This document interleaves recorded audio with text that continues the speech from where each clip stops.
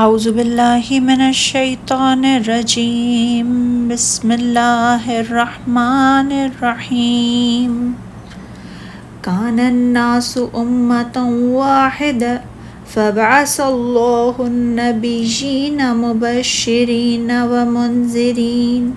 وانزل معهم الکتاب بالحق لیحکم بین الناس فیما اختلفوا فیہ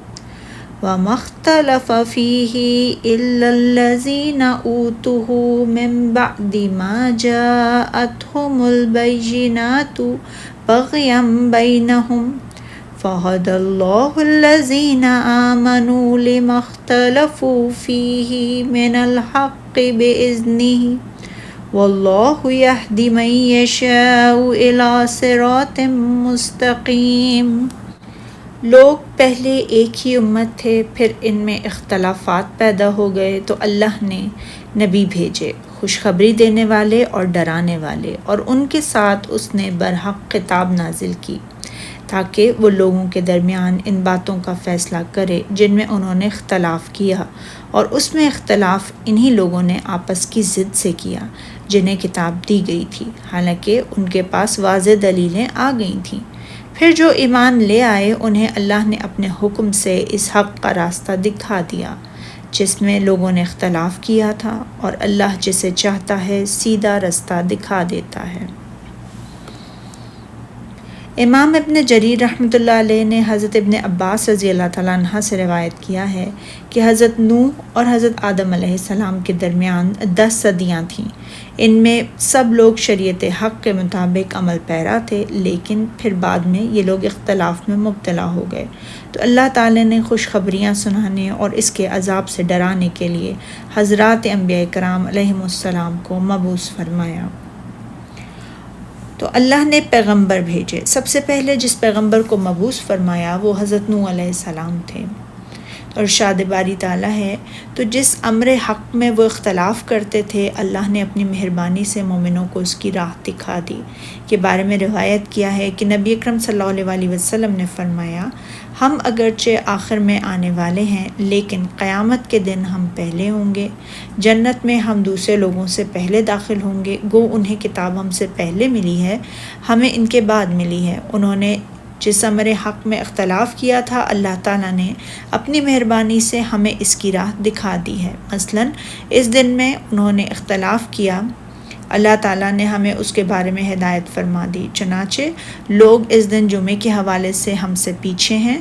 اس کے بعد کا دن ہفتہ یہودیوں کا دن ہے، اور اس کے بعد والا دن اتوار عیسائیوں کا ہے۔ لوگوں نے جمعے کے دن کے بارے میں اختلاف کیا تو یہودیوں نے ہفتے کے دن کو اختیار کر لیا اور عیسائیوں نے اتوار کے دن کو، مگر اللہ تعالیٰ نے امت محمدیہ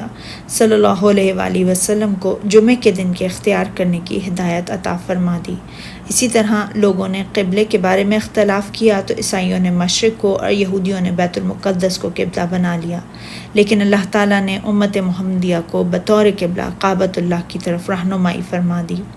اسی طرح لوگوں نے نماز کے بارے میں اختلاف کیا تو ان میں سے کچھ لوگ اپنی نماز میں رکوع تو کرتے ہیں مگر سجدہ نہیں کرتے، اور کچھ سجدہ کرتے ہیں مگر رکوع نہیں کرتے۔ کچھ لوگ نماز پڑھتے ہوئے باتیں بھی کرتے ہیں اور کچھ نماز پڑھتے ہوئے چلتے پھرتے بھی ہیں، لیکن اللہ تعالیٰ نے امت محمدیہ کو صحیح طریقے سے نماز ادا کرنے کی ہدایت فرمائی ہے۔ اسی طرح لوگوں نے روزے کے بارے میں اختلاف کیا، کچھ لوگ دن کے صرف کچھ حصے کا روزہ رکھتے ہیں، کچھ لوگ کھانے پینے کی تمام نہیں بلکہ صرف کچھ چیزوں سے روزہ رکھتے ہیں، اور اللہ تعالیٰ نے امت محمدیہ کو صحیح روزہ رکھنے کی ہدایت فرما دی۔ اسی طرح لوگوں نے حضرت ابراہیم علیہ السلام کے بارے میں اختلاف کیا، یہودیوں نے کہا وہ یہودی تھے، عیسائیوں نے کہا وہ عیسائی تھے، مگر اللہ تعالیٰ نے انہیں حنیفاً مسلماً سب سے بے تعلق ہو کر ایک اللہ کے ہو رہنے والے اور اس کے فرما بردار قرار دیا۔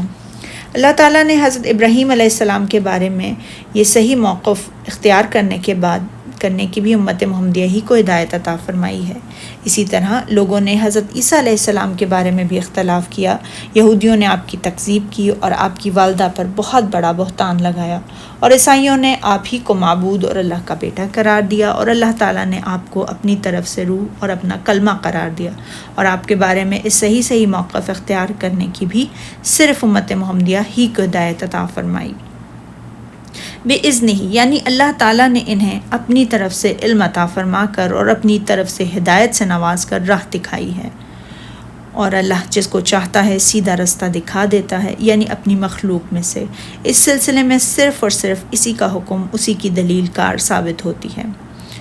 صحیح مسلم میں حضرت عائشہ رضی اللہ تعالیٰ عنہ سے روایت ہے کہ رسول اللہ صلی اللہ علیہ وسلم جب رات کو نماز کے لیے کھڑے ہوتے تو یہ دعا پڑھا کرتے تھے: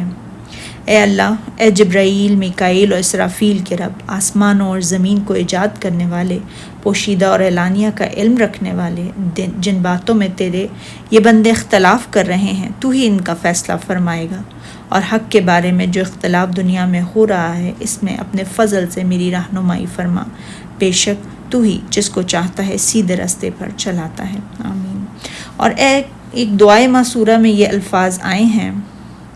اے اللہ، ہمیں حق کو حق دکھا اور اس کی اتباع کی توفیق عطا فرما، اور باطل کو باطل دکھا اور اس سے اجتناب کرنے کی توفیق عطا فرما، اور باطل میں ہمارے لیے التباس پیدا نہ فرما، کہیں ہم گمراہ نہ ہو جائیں، اور ہمیں اپنے پرہیزگار بندوں کا امام بنا۔ آمین۔ صدق اللہ العظیم۔